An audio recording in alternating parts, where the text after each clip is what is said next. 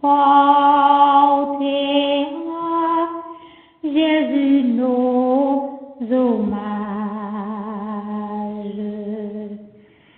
Par la voix, nos aînés, le Fils nous est donné. Voici Noël,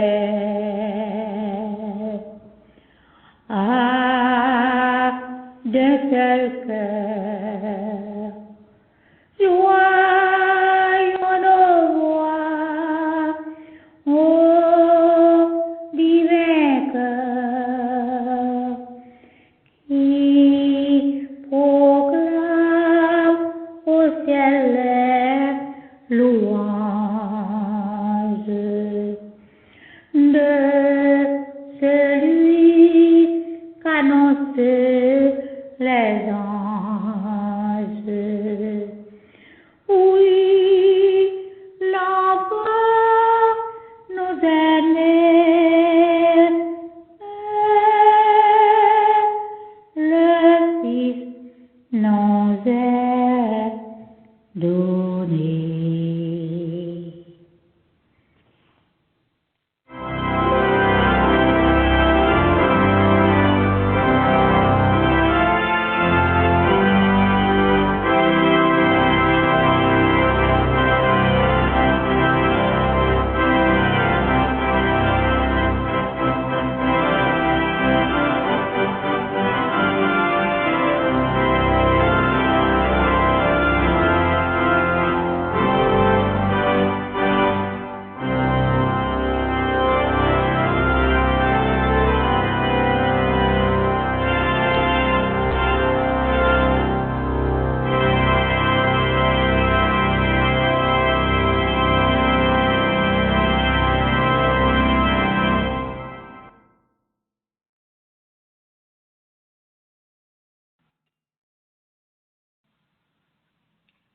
Heureux l'homme qui ne marche pas sur le conseil des méchants, qui ne s'arrête pas sur la voie des pécheurs, et qui ne s'assied pas en compagnie des moqueurs, mais qui trouve son plaisir dans la loi de l'Éternel, et qui la médite jour et nuit.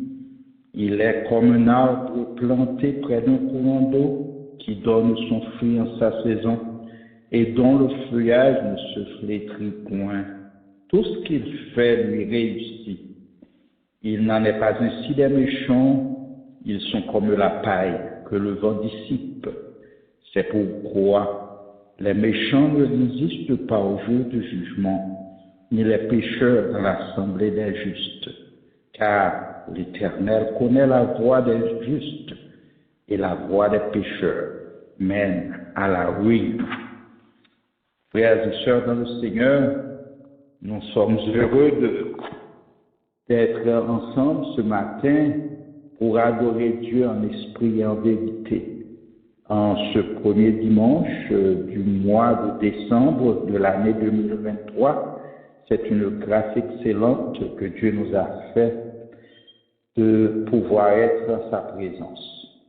Nous allons adorer Dieu avec une congrégation en ligne, en chantant les paroles du cantique que nous trouvons au numéro 40 du recueil des chants d'espérance, section française.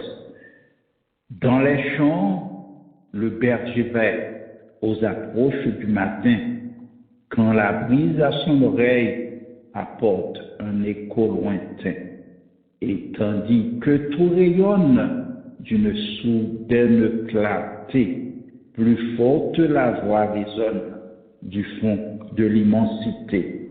Gloire à Dieu dans les hauts cieux, paix aux hommes en tout lieu, le Rédempteur et le Maître qu'attendaient nos cœurs pieux. Dans la crèche vient de naître, gloire à Dieu dans les hauts cieux. Chantons à la gloire de Dieu les paroles de ce cantique, et après, pasteur Christophe Dorville nous introduira dans la prière d'invocation. Amen.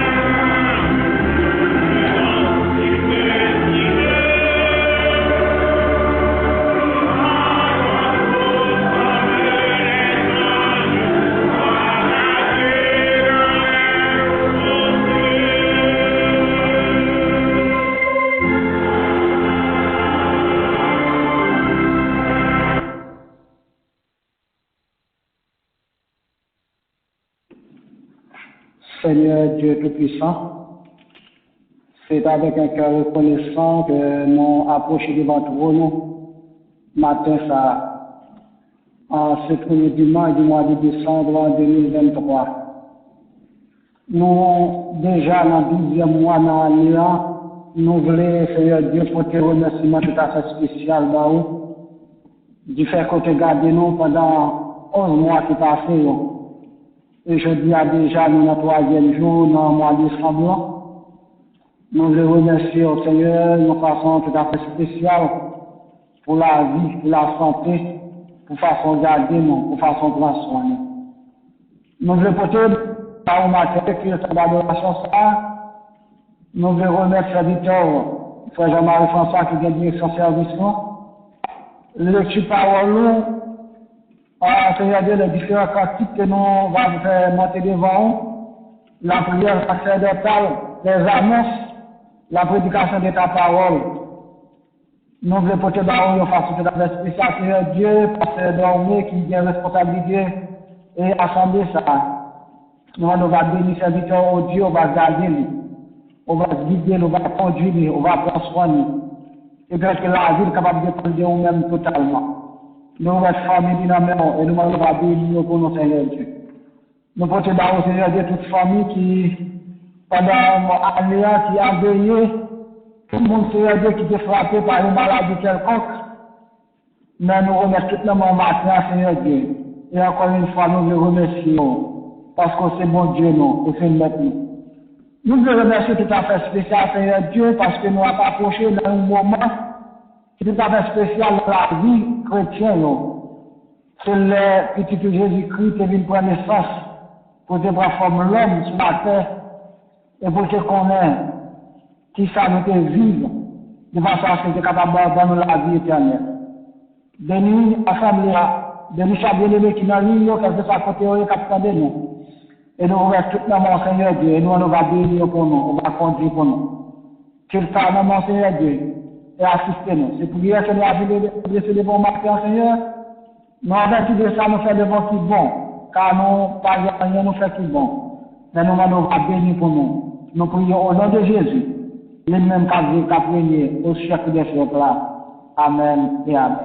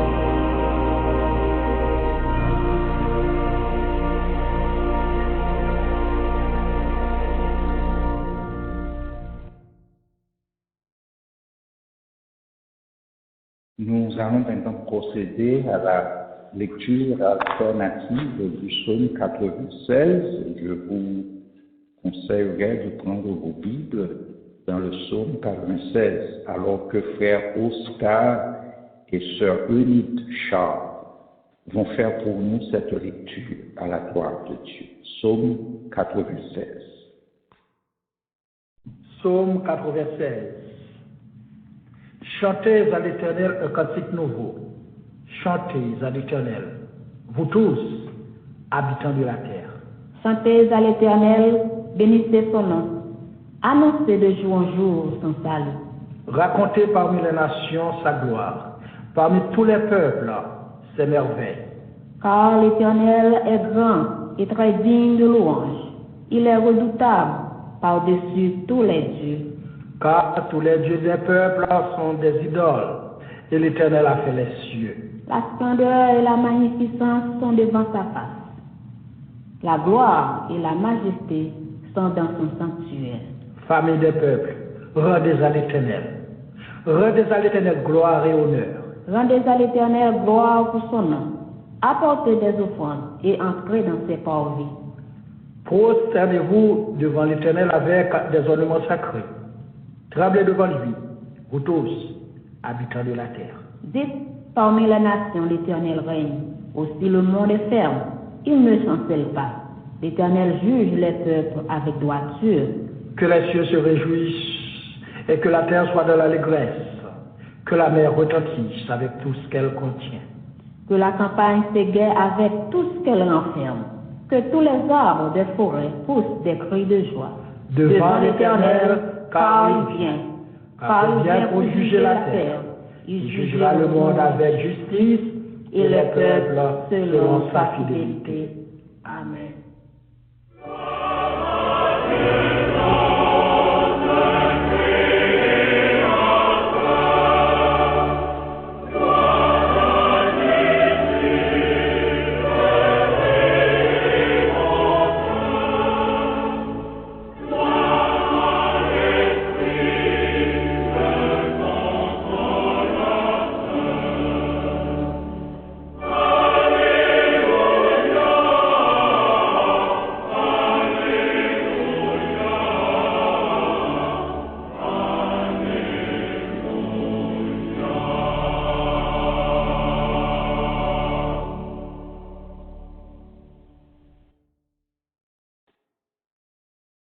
Puisque nous sommes à Noël, ce service est dédié à cette époque de Noël que nous vivons maintenant.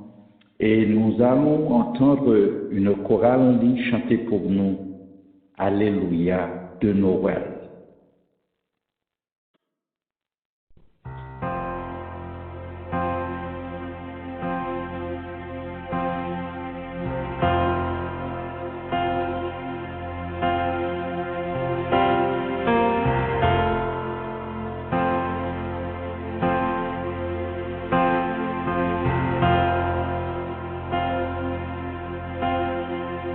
Alléluia.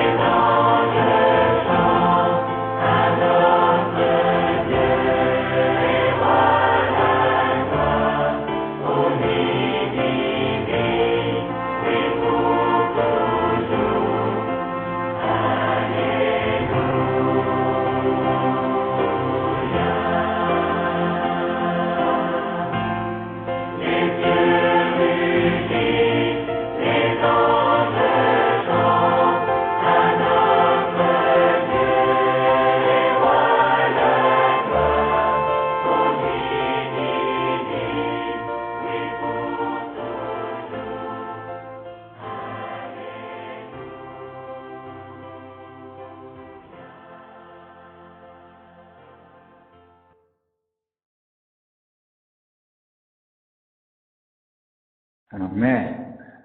Nous fêtons la Noël. C'est l'époque où Jésus-Christ était venu sur la terre pour racheter le monde de la condamnation du péché. Oui, nous sommes fiers d'être appelés chrétiens parce que nous sommes sauvés par Christ.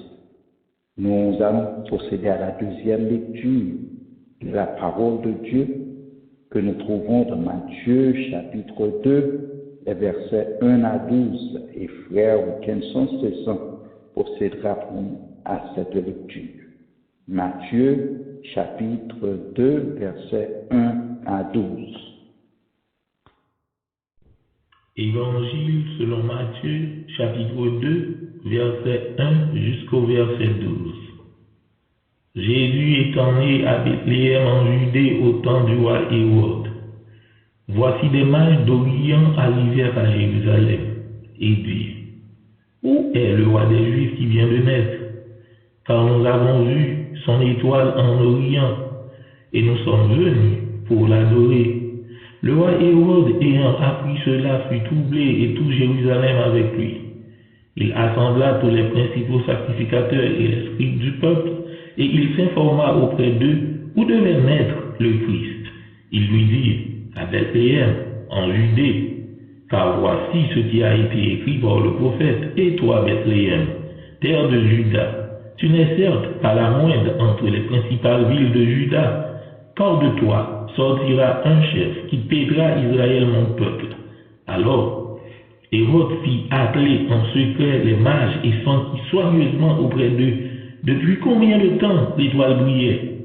Puis il les envoya à Bethléem en disant: Allez et prenez des informations exactes sur le petit enfant. Quand vous l'aurez trouvé, faites-le moi savoir, afin que j'aille aussi moi-même l'adorer.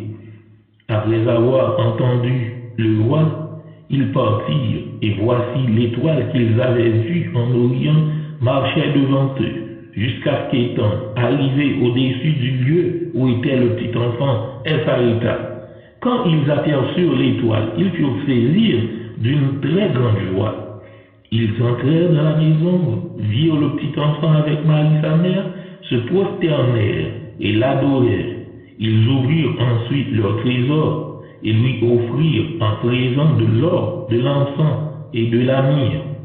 Puis, divinement avertis en songe de ne pas retourner vers Hérode, ils regagnèrent leur pays par un autre chemin. Parole du Seigneur. Amen. Amen. Nous allons nous préparer à la prière sacerdotale qui sera faite par le frère Paul Compère. Mais juste avant, nous allons entendre une chorale chantée à la gloire de Dieu les paroles qui suivent. Venez, divin, merci. Venez, divin, merci. C'est le titre de ce chant, juste avant la prière sacerdotale.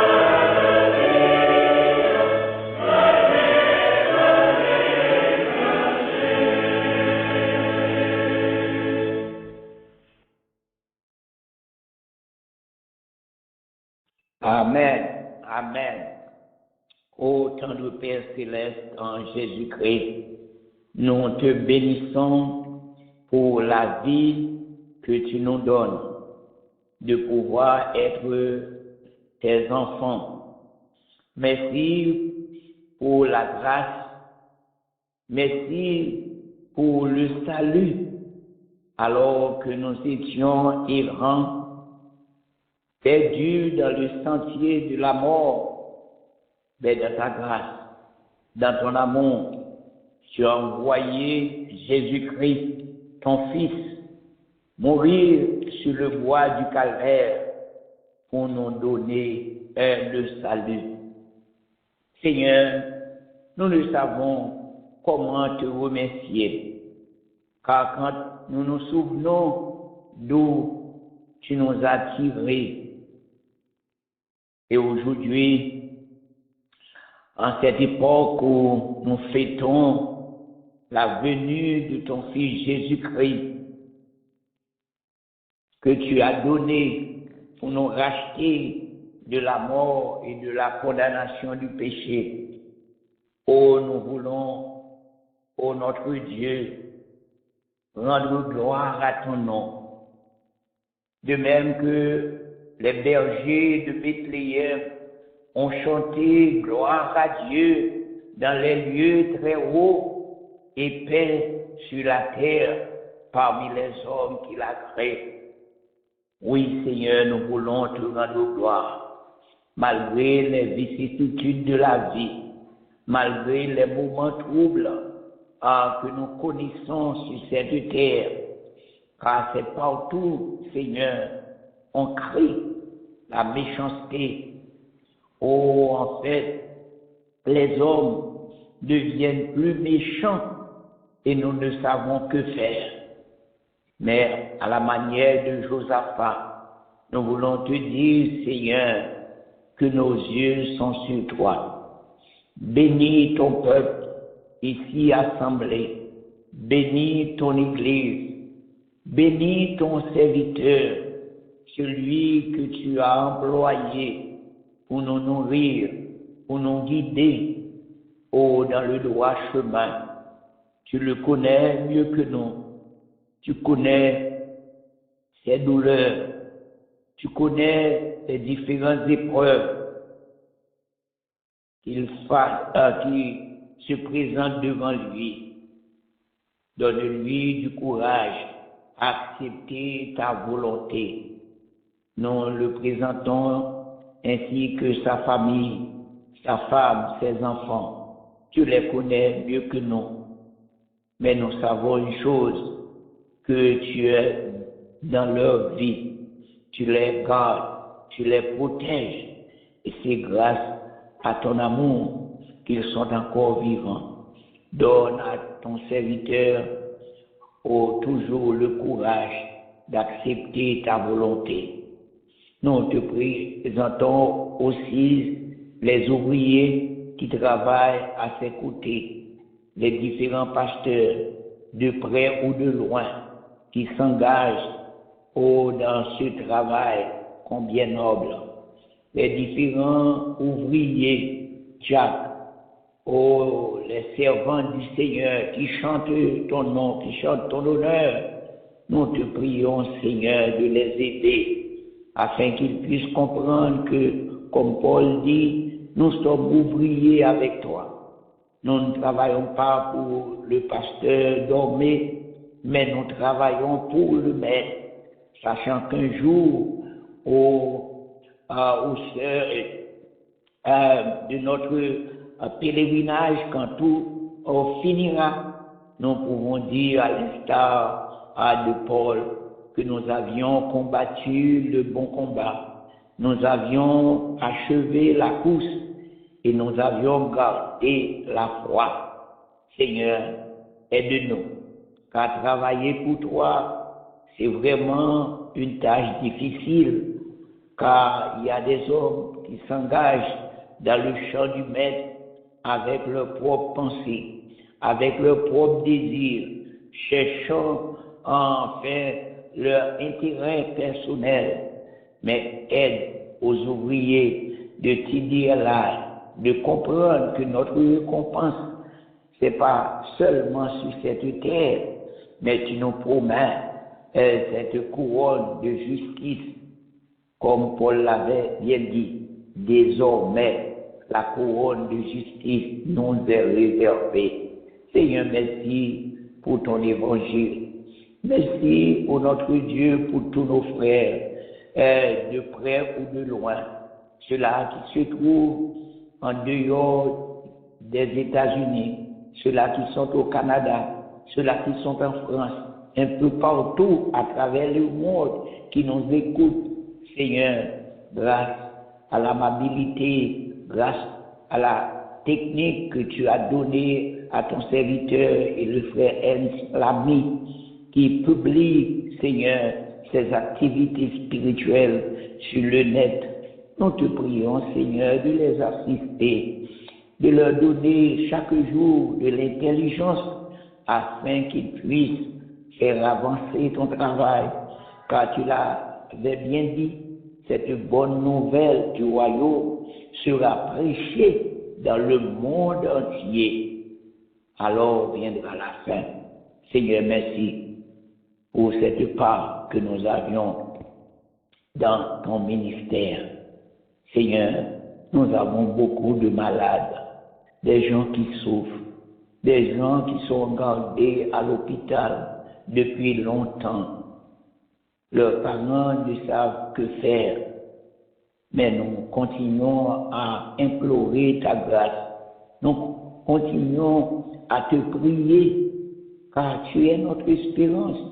Que devons-nous faire devant les vicissitudes de la vie, devant tout ce qui se passe autour de nous, car le tentateur rôde autour de nous pour nous dévorer, pour nous faire abandonner la course, la carrière qui nous est ouverte.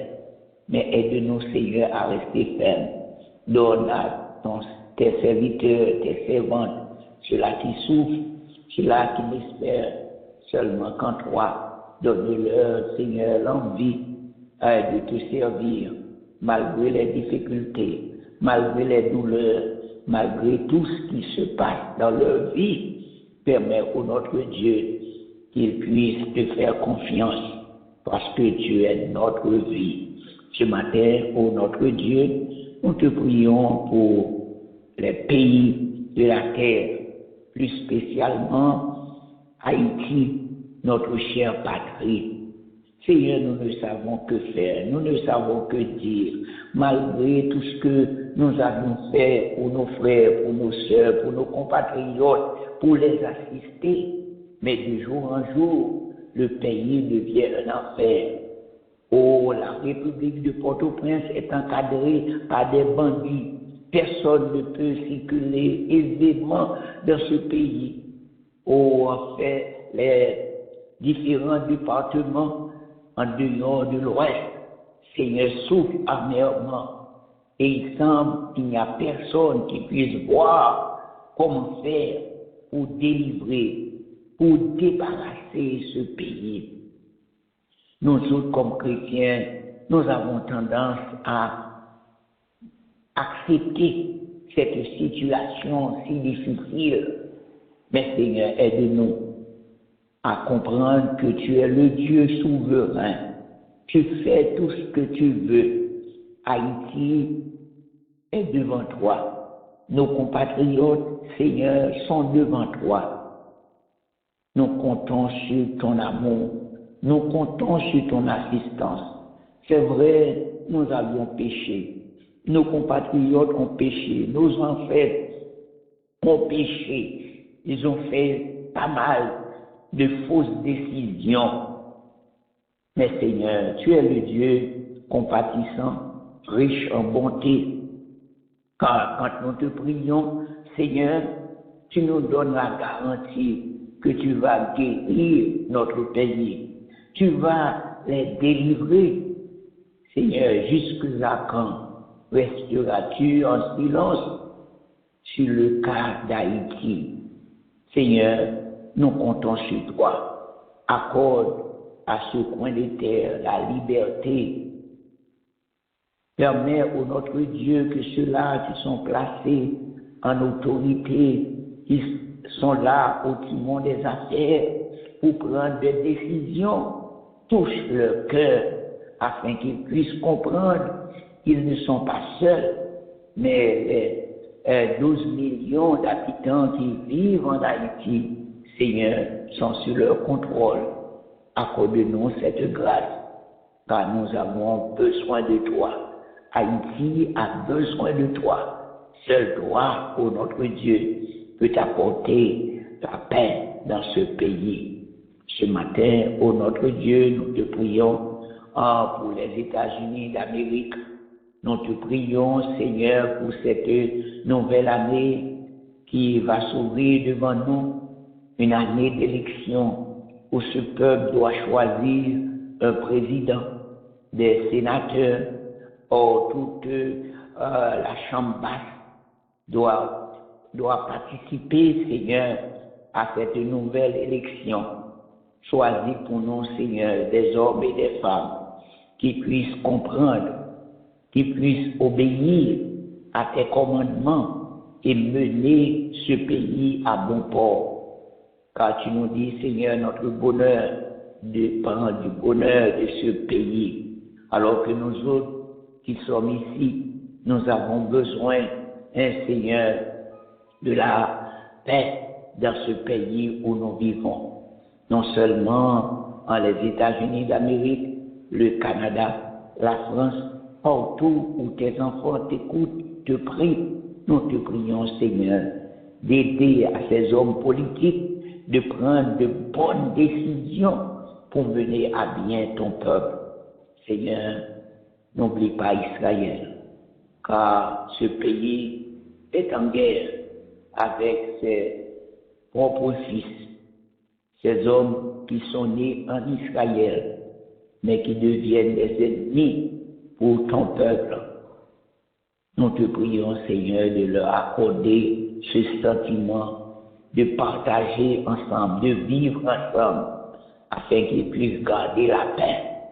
Seigneur, l'Ukraine, la Russie, tous les pays du monde qui sont en guerre, nous te les présentons et te demandons de dire un mot, de faire quelque chose, afin que les gens de ces pays puissent comprendre.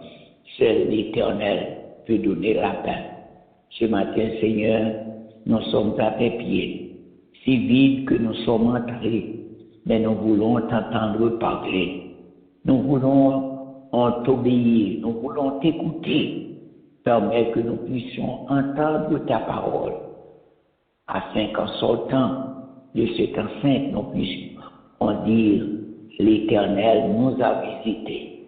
Seigneur, accorde-nous cette grâce. Aide-nous à passer une bonne journée dominicale. Et en retour, Seigneur, nous te rendons gloire. C'est la prière que nous t'adressons, espérant que notre Dieu, tu feras au-delà de ce que nous t'avions demandé. Nous te prions au nom et par les seuls mérites de ton Fils Jésus-Christ. À lui seul soit gloire et honneur, dès avant tous les temps, maintenant et jusqu'au grand matin de l'éternité. Amen.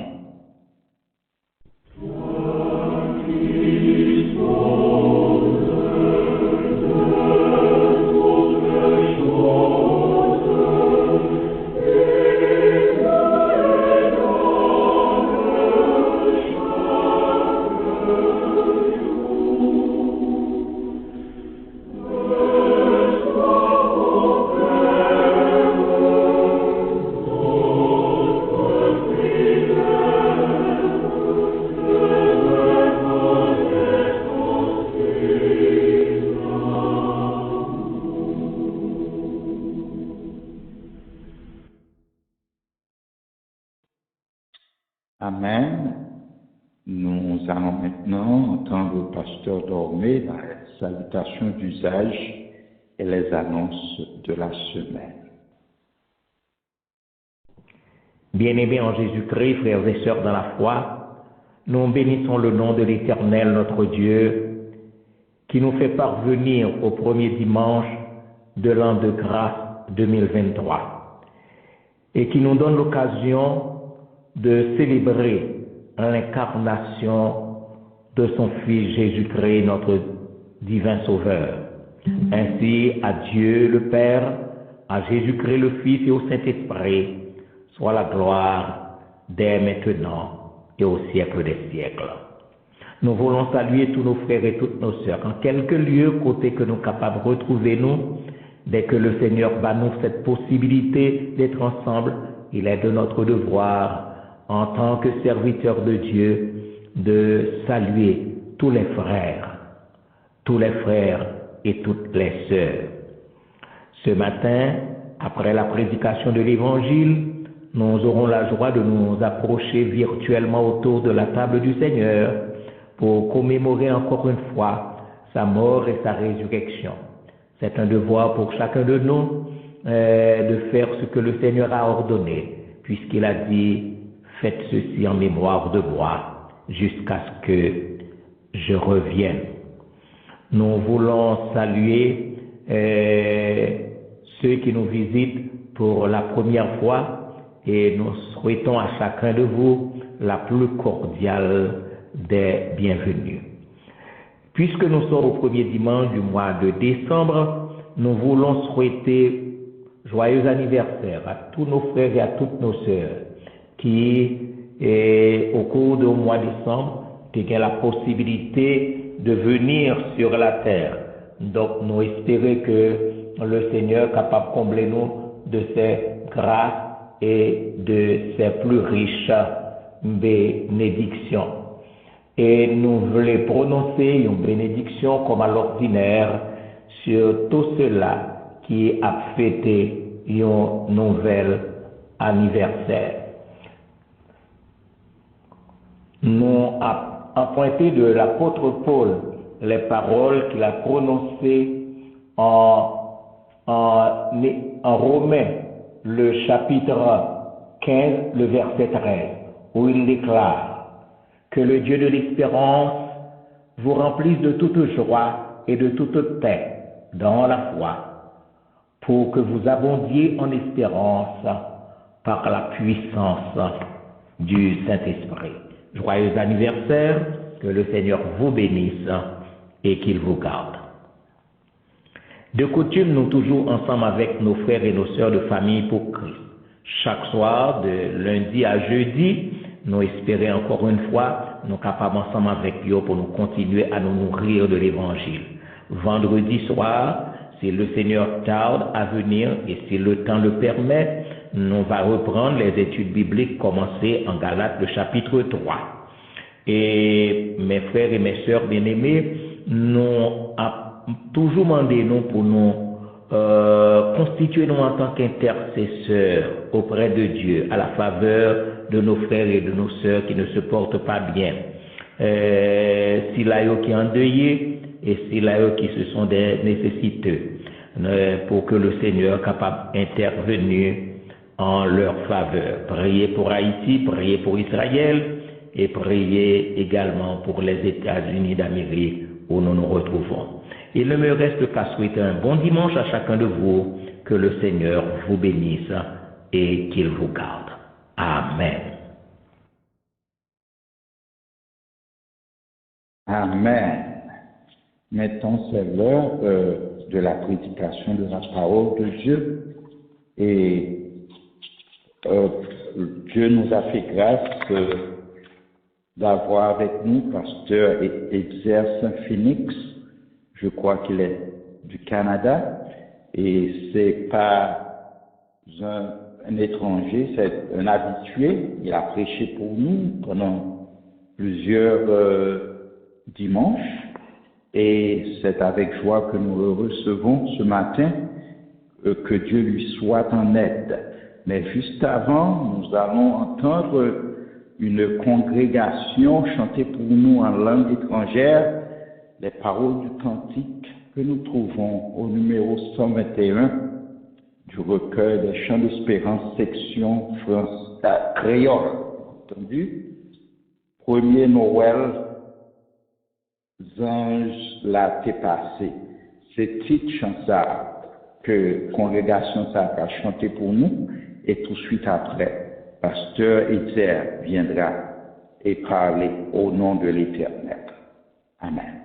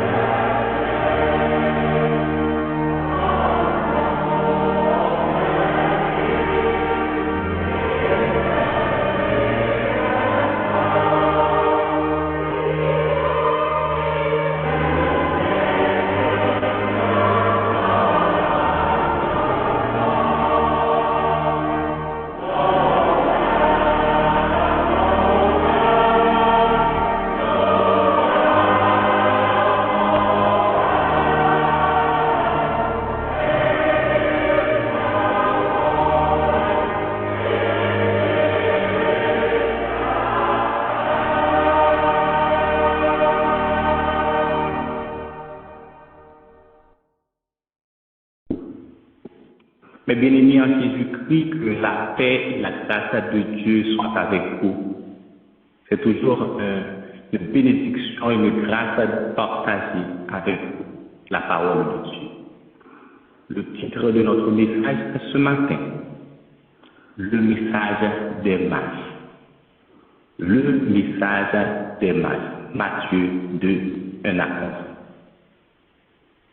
11. Où est le roi des Juifs qui vient de naître? Quelle bonne nouvelle! À Bethléem, sous l'occupation des Romains, avec Hérode comme roi de la Judée, Jésus, le roi des Juifs, le Fils de Dieu, le Messie qu'attendait tout Israël est né dans l'anonymat le plus concret. Il n'y avait que quelques bergers et quelques animaux pour accueillir sa naissance. Malgré toutes les prophéties annonçant sa venue, toutes les précisions concernant le lieu de sa naissance et toutes les prédictions entourant la manière dont il allait être né, les principaux sacrificateurs, les spécialistes de la loi, bref, les Juifs, n'ont pas pu saisir cette grâce, cette bénédiction de le recevoir en qualité de roi et de l'accueillir avec l'honneur qui lui est dû. La nation juive n'était pas prête à accueillir Jésus, leur roi, le roi des rois. Comme la visite d'un roi doit se faire dans les règles de l'art, comme la visite d'un dignitaire vient avec les protocoles et le décorum digne de son rang, Jésus, le roi des Juifs, ne fait pas exception. Car il est au-dessus de tout, il est le roi qui est, qui était et qui vient, il est le roi des rois et est digne de recevoir gloire, honneur et louange. N'étant pas accepté chez les siens, étant rejeté chez les gens de sa maison, Dieu va utiliser des païens, des gens venus de très loin, des gens venus de l'Orient pour donner à Jésus, son Fils unique, l'adoration qui lui est due. C'est ainsi que dans la ville de Jérusalem où siégeait le roi Hérode, les mages débarquent avec un message déconcertant qui jettera toute la ville, incluant le roi dans le trouble. Où est le roi des Juifs qui vient de naître? Car nous avons vu son étoile en Orient et nous sommes venus pour l'adorer. Où est le roi des Juifs qui vient de naître? C'est la bonne nouvelle qu'apportent les mages. Car nous avons vu son étoile en Orient, c'est la révélation qu'ils ont reçue. Nous sommes venus pour l'adorer. C'est l'adoration qu'ils offrent au roi des Juifs. De cette déclaration, nous avons une série de 3 messages, mais je me bornerai aujourd'hui à un message. Notre méditation, notre message va se concentrer sur la première partie de la déclaration des mages. Où est le roi des Juifs qui vient de naître? Quelle bonne nouvelle! C'est la nouvelle la plus réjouissante dont les mages sont porteurs. Une nouvelle qui a fait la différence dans ma vie, dans ta vie et dans la vie de tous ceux qui l'ont accepté comme Seigneur et Sauveur. Jésus, le roi des rois est né. Jésus, le Sauveur du monde est né. Une bonne nouvelle qui aurait dû réveiller le peuple juif de leur sommeil de mort. Un message qui aurait dû flatter leur ego. Comment est-ce possible que ce sont des étrangers qui viennent leur donner, leur annoncer la naissance de leur roi, de leur libérateur, de leur Messie? Comment est-ce possible? Ce message aurait dû les secouer. Mais malgré la clarté, la pertinence et la singularité du message, les Juifs sont aveuglés et n'ont rien compris, et encore moins ça aujourd'hui. Où est le roi des Juifs qui vient de naître? Quelle bonne nouvelle! Et le message des mages, c'est un message qui dérange. Le message des mages, un message qui dérange. Le verset 3. Le roi Hérode, ayant appris cela, fut troublé, et tout Jérusalem avec lui. Où est le roi des Juifs qui vient de naître? Une simple question, une simple parole, une simple phrase, mais chargée de sens. Mais tout Jérusalem à l'envers. Pourquoi le message des mages vient mettre du trouble dans la ville, alors que tout Israël était dans l'attente du Messie et savait que c'est à Bethléem que le Messie allait être né? Luc nous répond dans le chapitre 2, le verset 4, il n'y avait pas de place pour lui. Il n'avait pas de place pour lui. Le chapitre 2, le verset 4. Joseph montait Bethléem parce qu'il était de la maison de la famille de Juda, le verset 5, afin de se faire inscrire avec Marie, sa fiancée, qui était enceinte. Pendant qu'il était là, le temps où Marie devait accoucher à Juda. Et elle enfanta son premier-né. Elle l'emmaillota, elle coucha dans une crèche parce qu'il n'y avait pas de place pour eux dans l'hôtellerie. Il n'y avait pas de place pour accueillir le roi des rois. Il n'y avait pas de place pour accueillir la naissance de Jésus.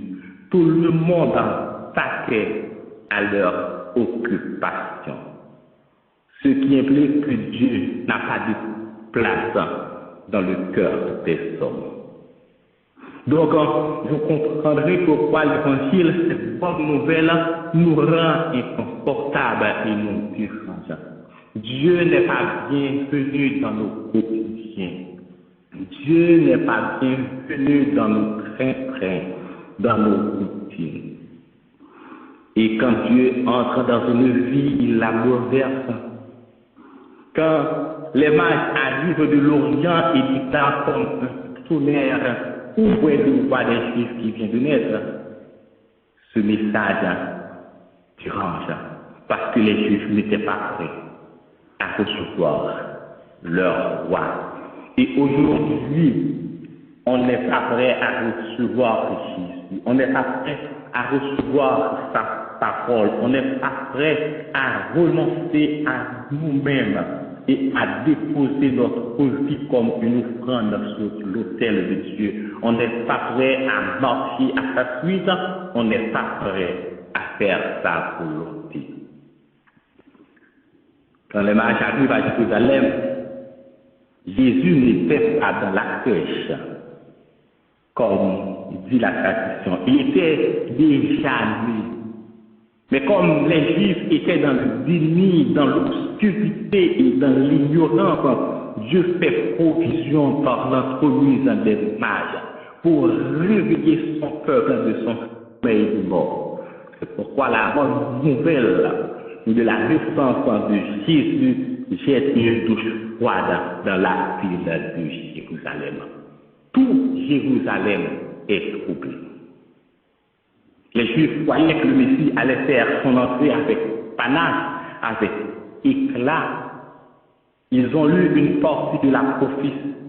Ils ont lu une partie, la partie qui les intéresse, qui font leur affaire, selon leur logique, selon leur compréhension, et oublient l'essentiel. Et c'est ce qu'on fait aujourd'hui. On lit la parole pour flatter nos égos. On prend dans la Bible la partie qui nous intéresse. On laisse de côté l'essentiel. En Ésaïe 53, il est écrit, il s'est élevé devant lui comme une faible plante, comme un rejeton qui sort d'une terre desséchée. Il n'avait ni beauté ni éclat pour attirer nos regards. Et son acte n'avait rien pour nous plaire. Ils attendaient un roi qui allait renverser leurs oppresseurs, leurs dominateurs. Ils sont passés complètement à côté. Et mes bien-aimés, ce qui est arrivé à la naissance de Jésus, où les Juifs vaquaient à leurs occupations sans faire aucun cas de sa venue, arrivera à son prochain retour. Et c'est la raison pour laquelle Jésus nous exhorte en disant, veillez, priez, car vous ne savez ni le jour ni l'heure. Ce qui arriva au temps de Noé arriva au temps de son avènement, où les gens mangeaient, buvaient, marquaient leurs enfants. On n'a pas de place pour Dieu, on a trop de distractions, on a trop de divertissements dans ce monde. Et cela nous empêche de chercher les choses en haut. Cela nous empêche de nous affectionner aux choses d'en haut, où Christ est assis à la droite de Dieu. Et conséquemment, nous ne serons pas prêts lorsque Jésus reviendra. Nos oreilles ne seront pas aiguisées pour entendre le son de la trompette de Dieu. Aujourd'hui, nous avons tellement le monde en plein le cœur, nous n'avons pas de place pour Dieu. Nous n'avons pas de place pour lire sa parole, pour écouter sa parole, pour méditer sa parole. Aujourd'hui, nous avons tellement le monde en plein les yeux, nous ne pouvons pas fixer les regards sur Jésus, le chef et le consommateur de la foi. Aujourd'hui, nous avons tellement le monde en plein les mains, nous n'avons pas le temps de nous mettre au sacrifice de Dieu. Donc, l'évangile nous dérange, l'évangile dérange nos routines, l'évangile dérange nos routines. On pourrait poser la question, d'où viennent les mages? On va en Genèse 25, verset 5 à 6. La Bible nous dit, Abraham ne voulant pas que les enfants de ses concubines soient son héritier, Abraham donna tous ses biens à Isaac. Isaac, l'enfant de la promesse de Sarah. Et les concubines d'Abraham, la Bible nous dit, il fit des dons au fils de ses concubines. Et tandis qu'il vivait encore, il les envoya loin de son fils Isaac du côté de l'Orient, dans le pays d'Orient. Nous avons vu son étoile en Orient. C'est de l'Orient qu'ils ont reçu la révélation de la naissance du roi des Juifs. Voilà l'origine des mages. Des gens venant de loin, des gens qui ne font pas partie de la promesse, de l'alliance de Dieu, des gens qui ne connaissent pas les Écritures. Et Dieu va les utiliser pour proclamer la royauté de son Fils et pour prosterner devant la majesté de son Fils. Et d'abord, avant de proclamer ce message, le message qui va secouer tout Israël, Dieu va se révéler à eux par le biais d'une étoile. Mais toute révélation, si elle n'est pas fondée sur les Écritures, elle ne vient pas de Dieu. D'où notre deuxième point. Le message des Juifs, un message qui s'inscrit sur les Écritures. Non seulement le message des mages, le message des magies, le message des mages, un message centré sur les Écritures. Ce message n'est pas seulement un message qui dérange, mais c'est un message qui est centré, qui est fondé sur les Écritures. Verset 4 et 6, Matthieu 2. Le roi Hérode assembla pour les principaux sacrificateurs les scribes du peuple, et il s'informa auprès d'eux où devait naître le Christ. Ils lui dirent, les docteurs de la loi, les principaux sacrificateurs, en se fondant sur les Écritures, ils lui dirent, à Bethléem, en Judée, car voici ce qui a été écrit par le prophète.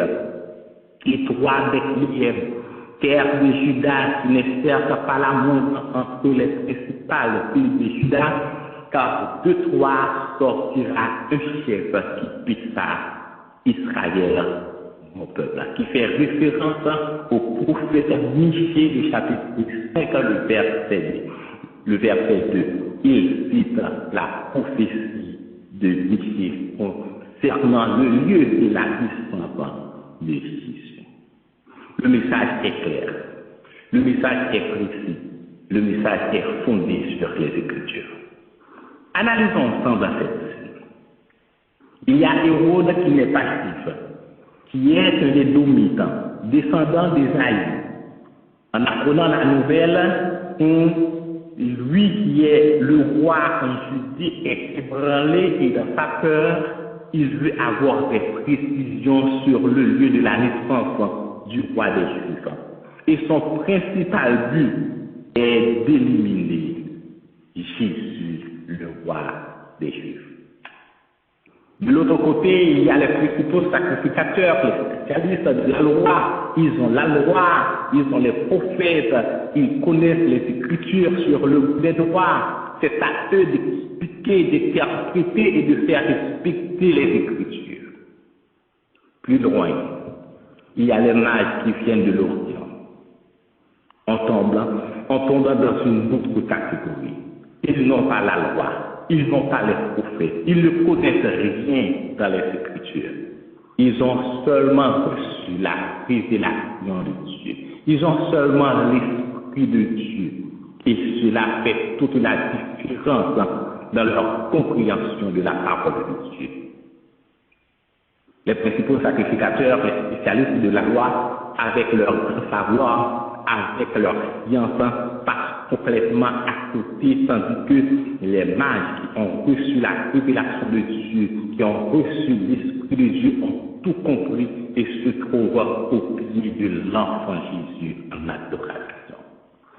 Pourtant, ils ont entendu la même parole, et toi, Bethléem, terre de Juda, tu n'es certes à la moindre entre les principales villes de Juda, car de toi sortira un chef qui piquera le peuple.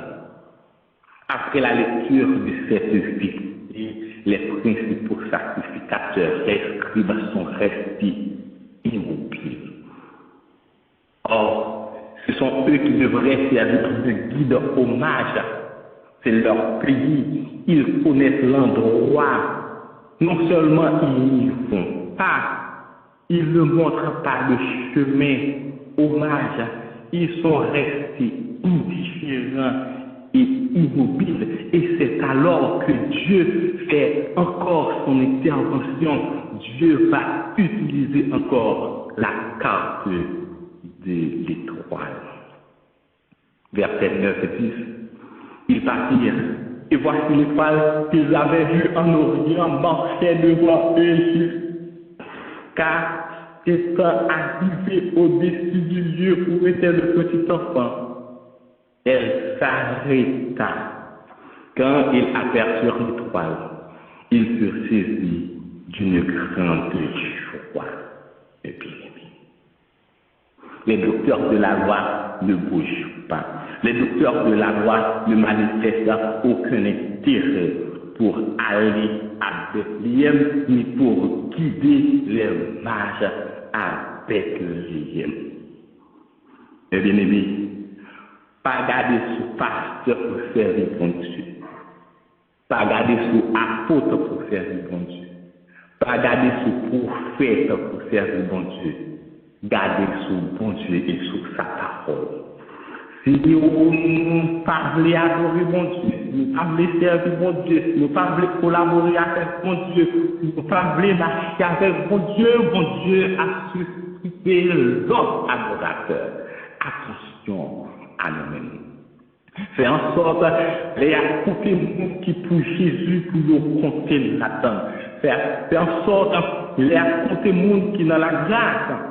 Les compter témoins pour Christ, les compter petits qui pouvoir celle-là, les compter serviteurs qui servent, les compter monde qui sauve nous pour nous compter là-dedans.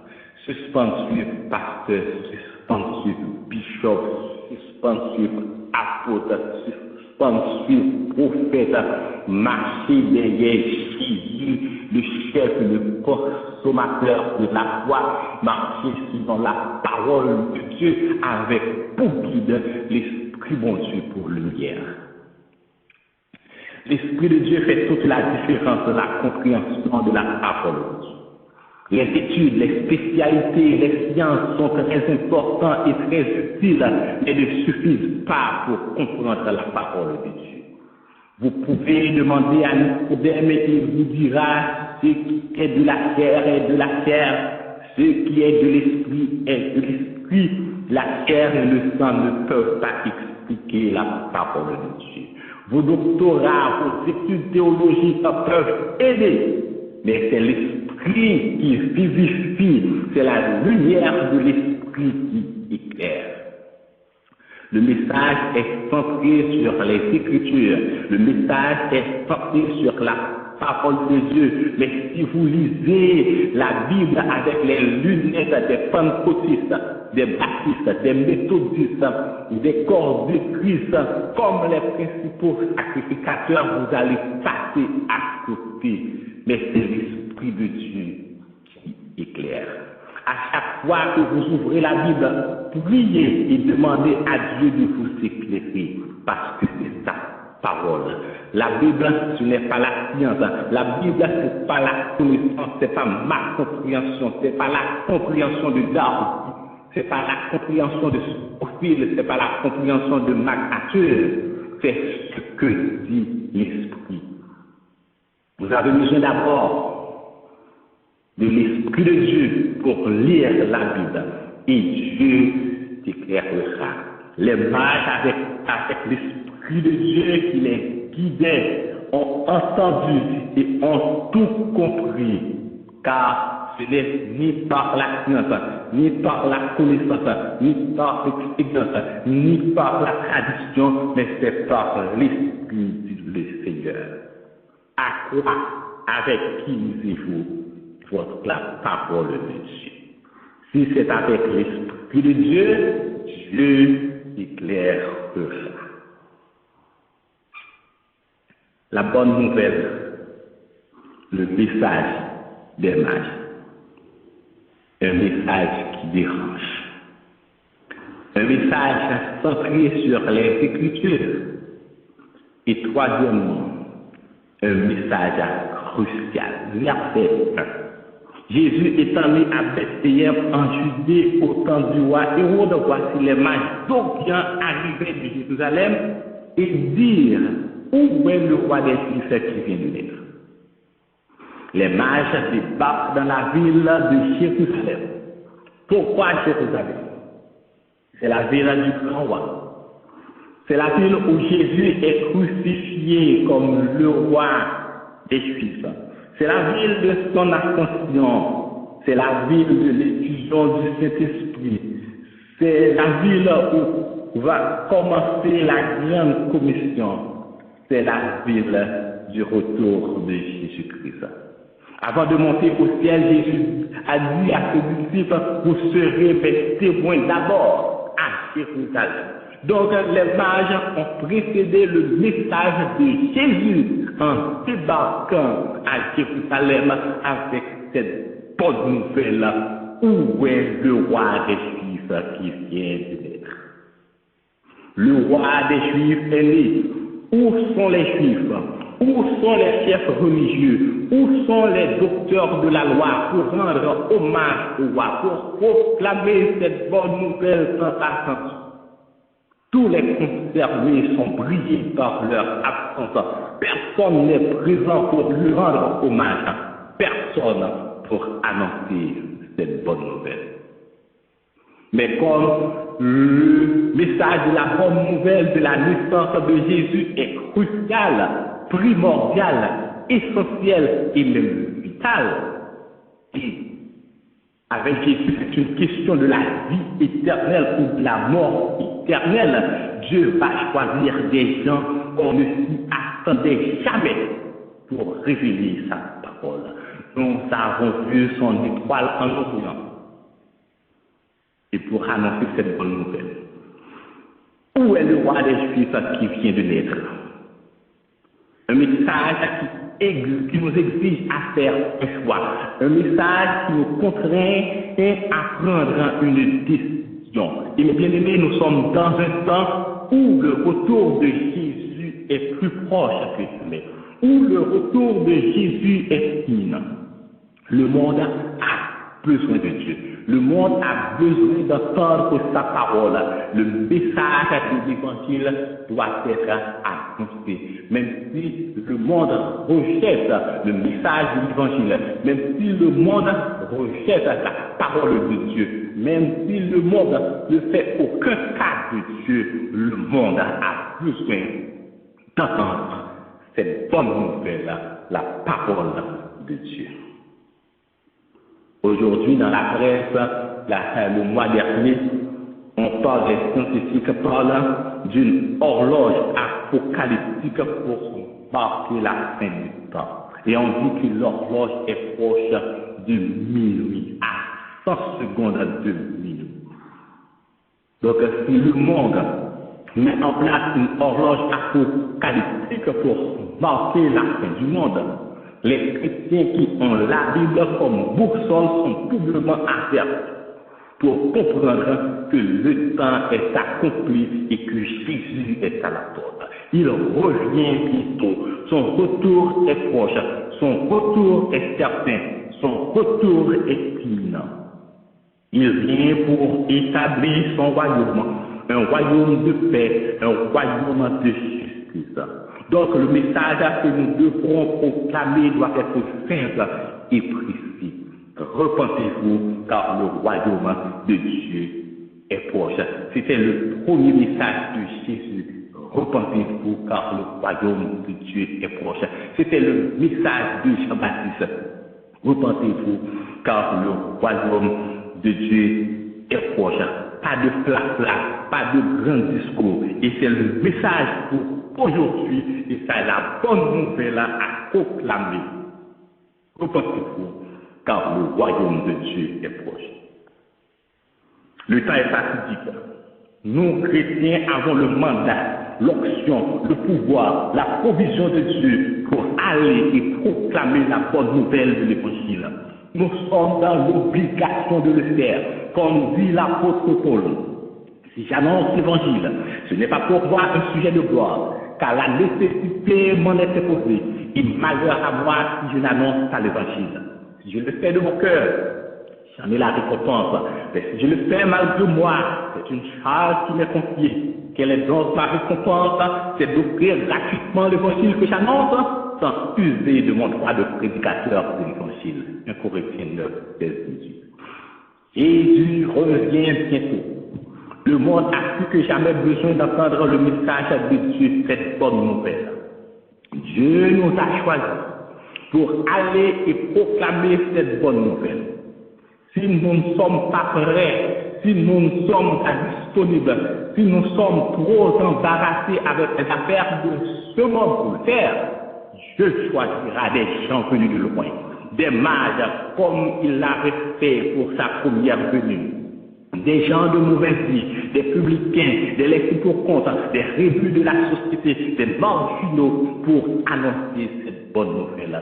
Car il faut que le message soit prêché dans le monde entier afin de servir de témoignage à toutes les nations. Alors viendra la fin. Au lieu de prêcher un évangile de prospérité, prêche la parole. Au lieu de prêcher un évangile pour flatter les gens, prêche la parole. Au lieu de prêcher un évangile pour un gain sordide, prêche la parole. Au lieu de prêcher un évangile pour attirer la foule, prêche la parole. L'apôtre Paul dit à son enfant, dans la foi, je t'en conjure que devant Dieu et devant Jésus-Christ, qui doit juger les vivants et les morts, et au nom de son apparition et de son royaume, prêche la parole, insiste en toute occasion favorable au nom, reprend, censure, exhorte avec toute douceur et en insuffisant, car il viendra un temps où les hommes ne supporteront pas la saine doctrine, mais ayant la démangeaison d'entendre des choses agréables, et se trouveront une foule de docteurs selon les propres désirs. 2 Corinthiens, 2 Timothée 4, versets 1 à 4. Et mes bien-aimés, nous en sommes arrivés là. Oui, ayant la démangeaison d'entendre des choses mauvaises, ils se donneront une foule de docteurs selon leurs propres désirs. On a des docteurs à la sonne. On a des apôtres au pied carré. On a des prophètes au maître carré. L'évangile n'est pas plus annoncé. Le royaume de Dieu est proche. Repentez-vous et croyez à l'évangile. Vous n'avez pas besoin d'être docteur, ou apôtre, ou prophète, ou évangéliste, ou que sais-je, pour annoncer la bonne nouvelle de l'évangile. Vous n'avez pas besoin d'artifice, de grands discours pour évangéliser. Juste présenter Jésus. Juste présenter l'évangile. L'évangile est une puissance. Il n'y a rien de plus puissant que l'évangile. Il n'y a rien de plus puissant que la parole de Dieu. Et la parole de Dieu sous les lèvres des mages fait trembler tout Jérusalem. Profite de chaque rencontre. Profite de chaque occasion, de chaque opportunité pour partager l'évangile. C'est ce que les mages ont fait. Une simple parole. Où est le roi des Juifs qui vient de naître? Cette petite parole, cette petite question a bouleversé et le roi et toute la ville de Jérusalem. L'évangile est une puissance de Dieu.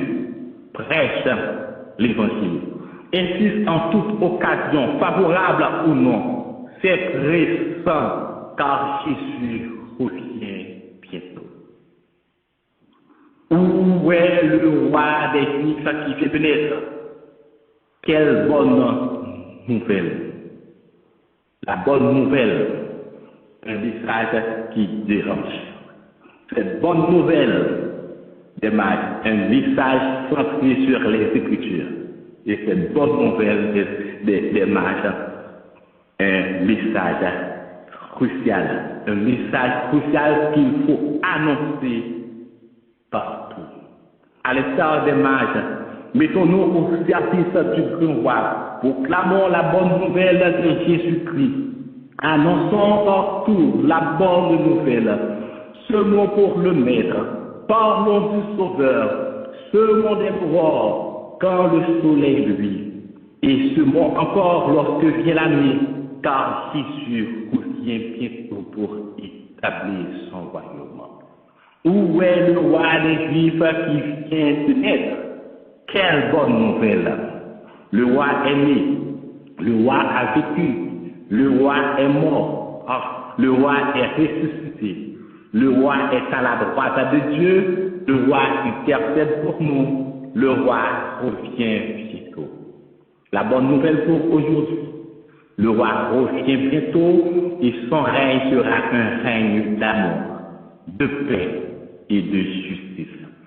Ne soyons pas comme les principaux sacrificateurs qui étaient dans un sommeil de mort, comme les mages. Soyons prêts et ayons nos lampes allumées. Crions haut et fort, le royaume de Dieu est proche. Repentez-vous et croyez à l'évangile. Que Dieu vous soit en aide. Amen. Nous disons merci à Dieu d'avoir utilisé son serviteur pour répandre l'évangile qui sauve, l'évangile qui nous délivre. Merci à Pasteur Saint-Phénix pour sa disponibilité et pour les paroles annoncées. Nous devons, comme Jésus a déclaré, parler pour le Maître, car il dit dans sa parole, si nous ne parlons pas, si nous n'annonçons pas l'évangile, les roches crieront à notre place. Oui, nous devons annoncer l'évangile partout où nous nous trouvons. Nous allons chanter la dernière strophe, le dernier chant du programme que nous trouvons au numéro 39 du recueil des chants d'espérance, section française. C'est « Il est né le roi du monde, le Christ, le libérateur ». Et sœur Marie Bozil nous conduira dans ce chant et après Pasteur Dormé nous revient pour le service de la Sainte Seine. Le numéro 39, chant d'espérance, section française. Il est né le roi du monde, le Christ. Il est né le roi du monde, le Christ le libérateur, que la terre au ciel répande d'une voix de même cœur dans les tables misérables. Contemplez ce nouveau-né à la terre, au mystère, Dieu lui-même s'est donné. À tes pieds, roi sans couronne, Jésus nous couvre nos fronts, ta fraîcheur pour nous un trône. C'est là que nous t'adorons dans les tables misérables. Contemplez ce nouveau-né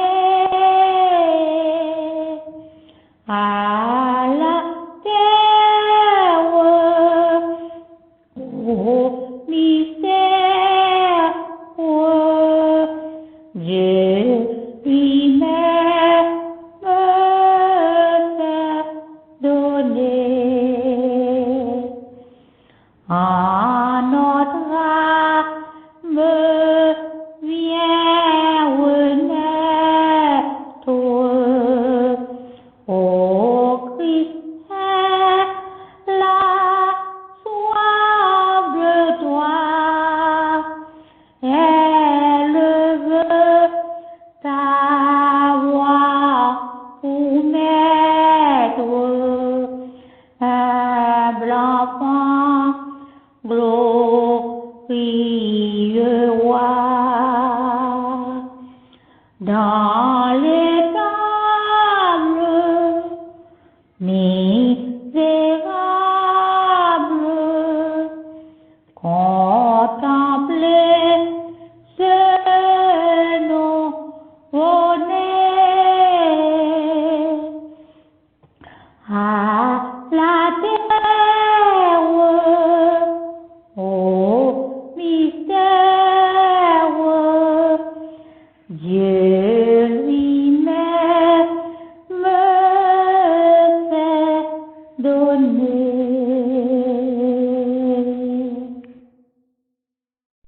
Écoutons la parole de Dieu. Car j'ai reçu du Seigneur ce que je vous ai enseigné. C'est que le Seigneur Jésus, dans la nuit où il fut livré, prit du pain. Et après l'avoir rompu, il dit, « Ceci est mon corps qui est rompu pour vous. Faites ceci en mémoire de moi. » De même, après avoir soupé, il prit la coupe et dit, « Cette coupe est la nouvelle alliance en mon sang. Faites ceci en mémoire de moi toutes les fois que vous en parlez. Car toutes les fois que vous mangez ce pain et que vous buvez cette coupe, vous annoncez la mort du Seigneur jusqu'à ce qu'il vienne. C'est pourquoi celui qui mangera le pain ou boira la coupe du Seigneur indignement sera coupable envers le corps et le sang du Seigneur. Que chacun donc s'éprouve soi-même, et qu'ainsi il mange du pain et boive de la coupe. Car celui qui mange et boit sans discerner le corps du Seigneur mange et boit un jugement contre lui-même. Parole du Seigneur. Les Jésus mourit sous calvaire, les Christ mourit, c'était pour moi, moi m'en que m'en connaît, combien moins doué, combien moins doué, combien moins doué, l'amour sans fin, combien moins doué, car Christ pour moi, moins connaissant, lui fait pour moi, moins pas qu'à dire, combien moins doué.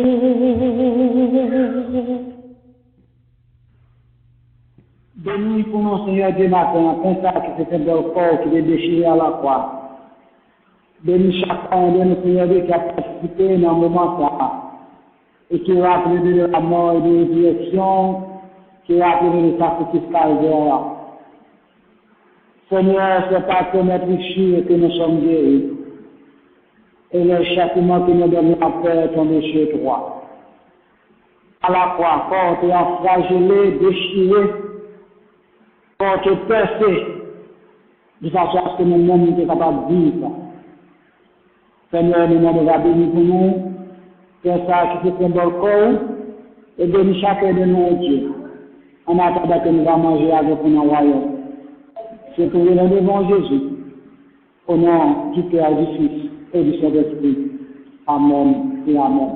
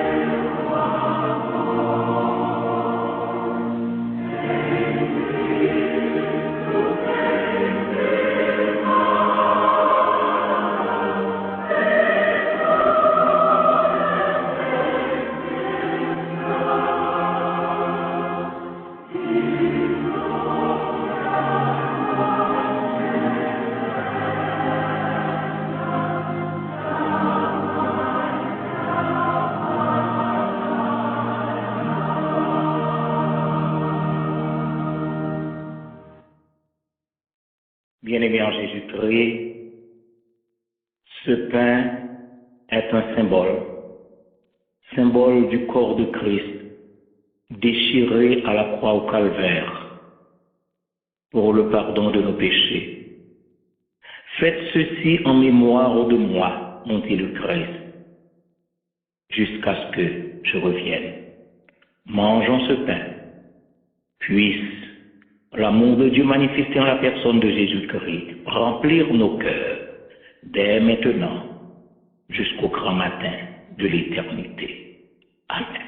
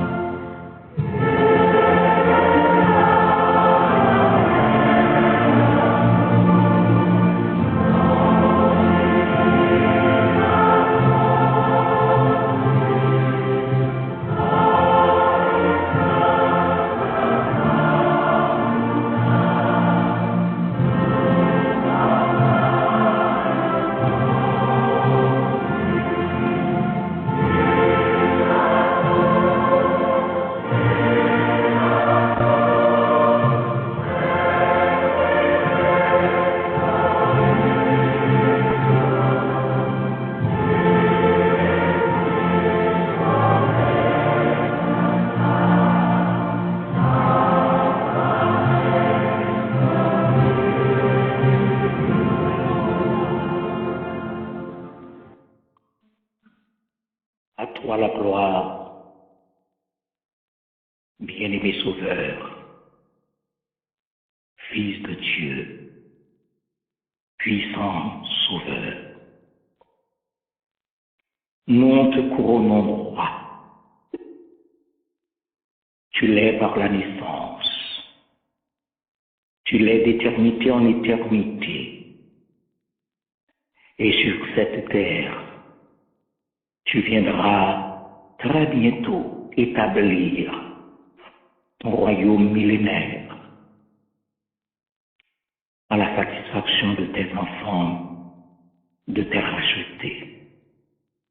Entre-temps, donne-nous de nous rappeler le sacrifice consenti pour notre bien éternel, et qu'ainsi nous prenions le vin, symbole de ton sang, versé à la croix au calvaire pour le pardon de nos péchés, oui, que nous le prenions avec reconnaissance, gratitude et action de grâce.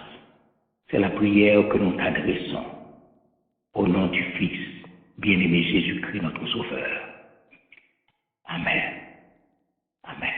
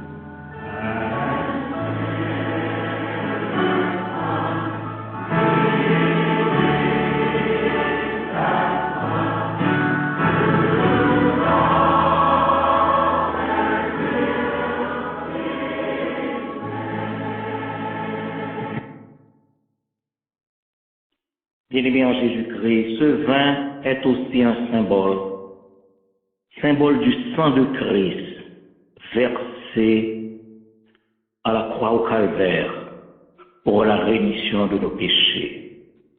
Faites ceci en mémoire de moi, nous dit le Christ, jusqu'à ce que je revienne.